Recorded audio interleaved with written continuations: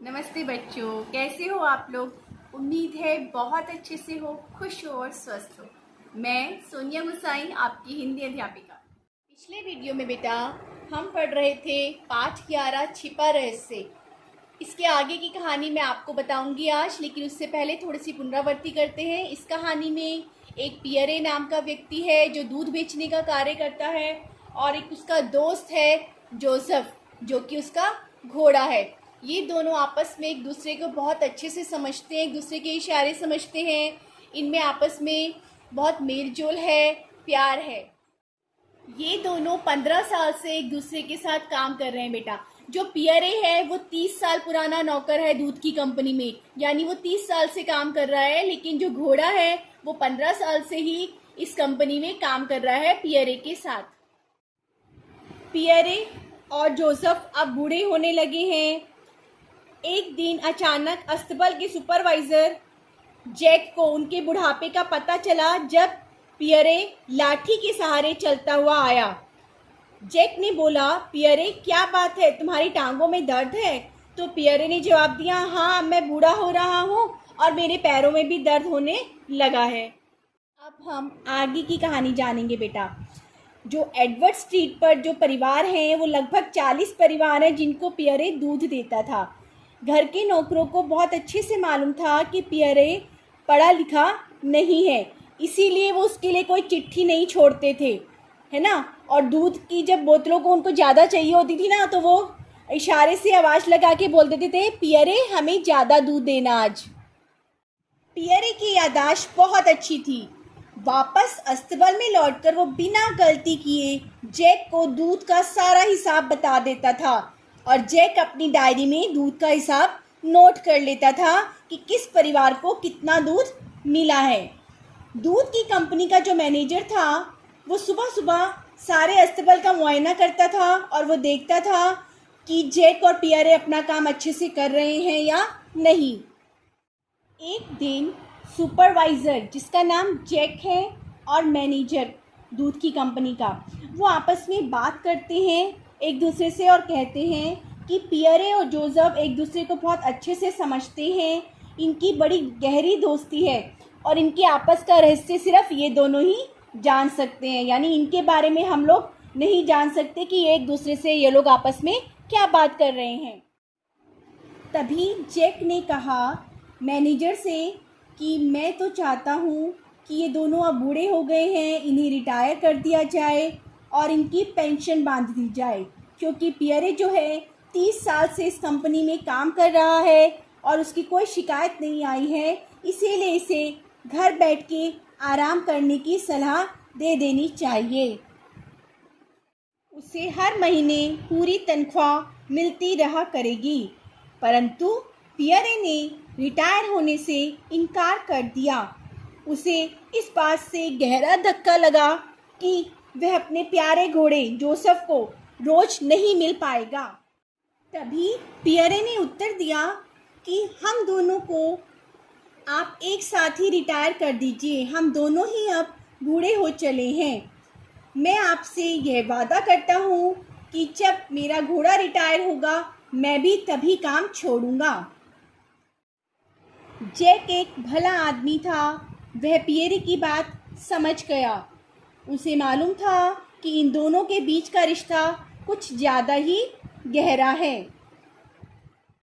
जब पियरे गाड़ी की सीट पर बैठता था और जोसेफ गाड़ी को खींच रहा होता था, तो कोई भी नहीं कह सकता था कि ये दोनों अब बूढ़े हो चले हैं।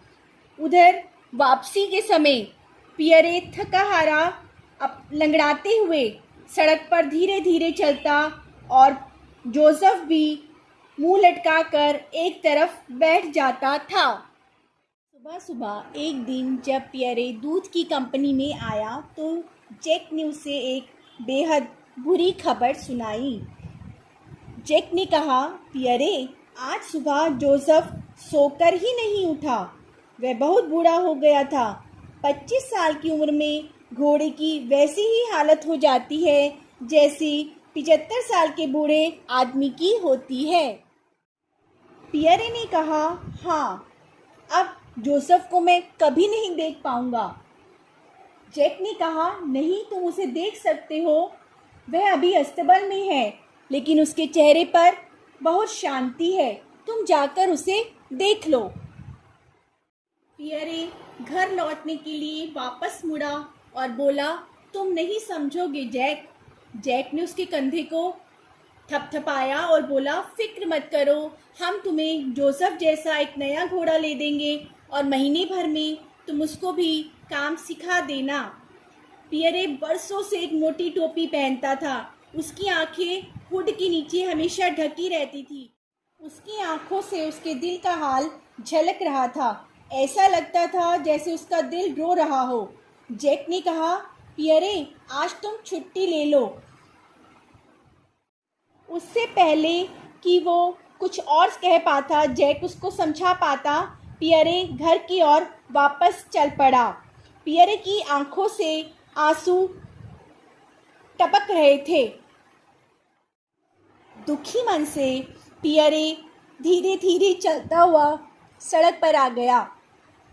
उधर तेजी से एक ट्रक ने हॉर्न बजाया, लेकिन पियरे चुपचाप चलता रहा। ऐसे लग रहा था जैसे पियरे को कुछ भी सुनाई नहीं दे रहा हो।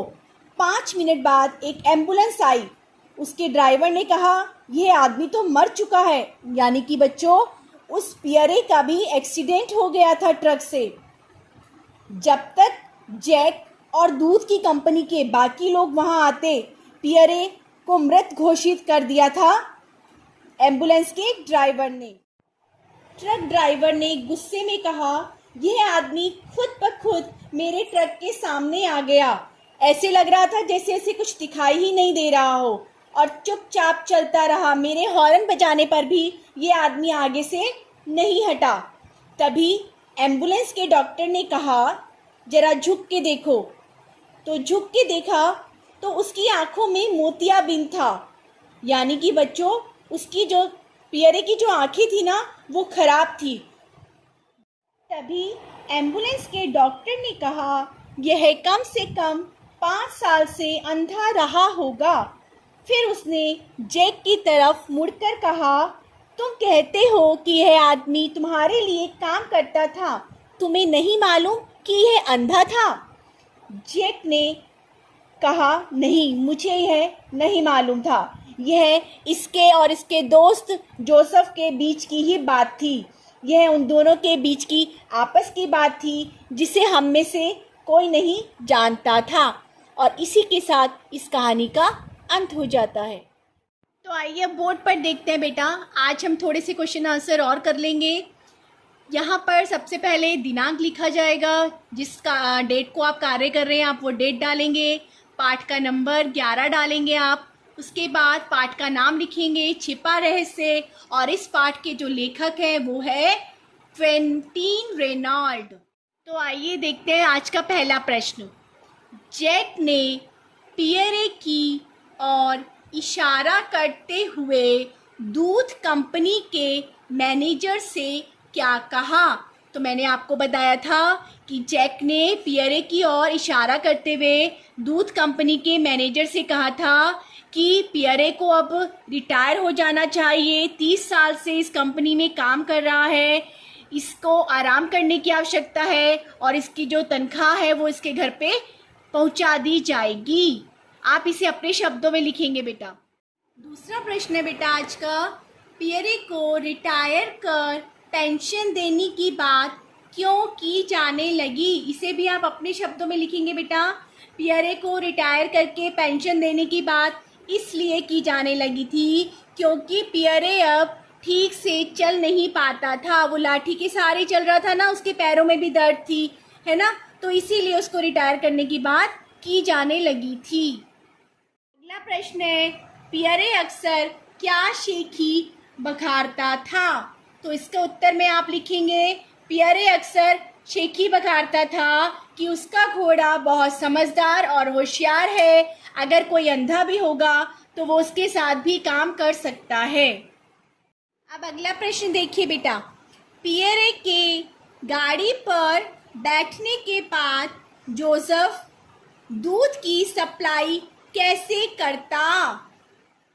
तो इसके उत्तर में बेटा आप लिख सकते हैं, पियरे के गाड़ी पर बैठने के बाद जोसेफ हर घर के सामने 30 सेकंड तक रुकता।